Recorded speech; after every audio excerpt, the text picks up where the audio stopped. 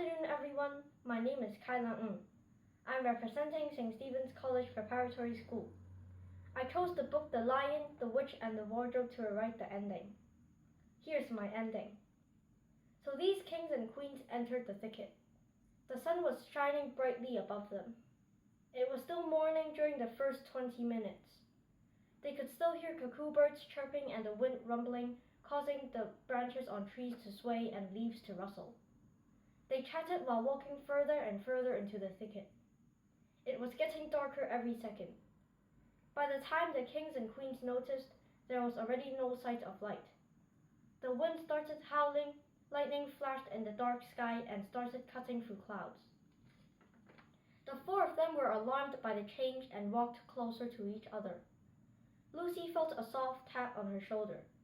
She could feel her pulse beating faster and faster. She looked behind her to make sure no one was there. Surprisingly, she saw a shiny bracelet on the ground and picked it up. The bracelet was really beautiful, so Lucy put it on her wrist. As they strolled into the woods, they saw an abandoned wooden house. They already walked non-stop for 2 hours straight. Edmund peeked through the broken glass window to see if there's enough space for the four of them to take a break. He saw some old photos and paintings hanging on the wall. There were also a table and some chairs lying around. The house was a bit sketchy, but they didn't think much and decided to go in for a rest anyway. As soon as they pushed the door open, a strong, moldy smell entered their nostrils.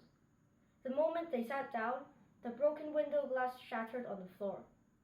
Alerted by the sudden noise, they checked the windows and saw four suspicious men entering the house through the windows.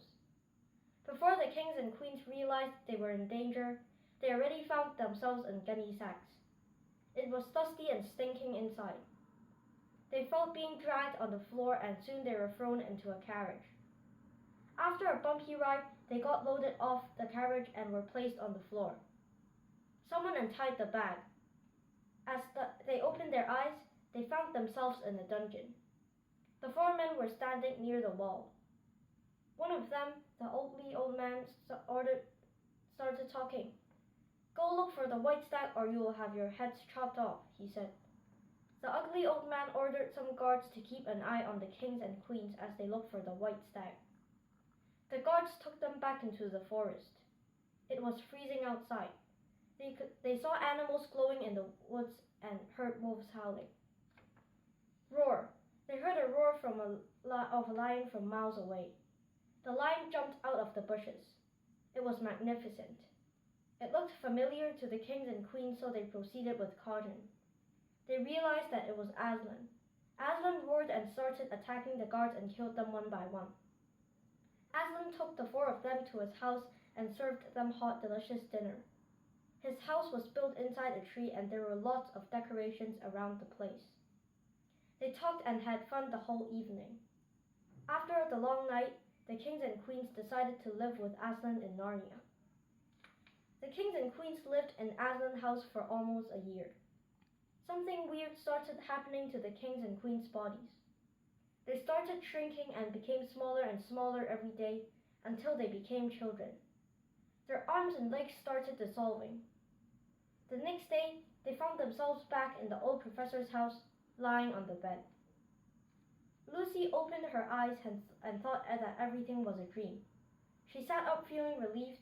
She looked down and found a shiny bracelet on her wrist.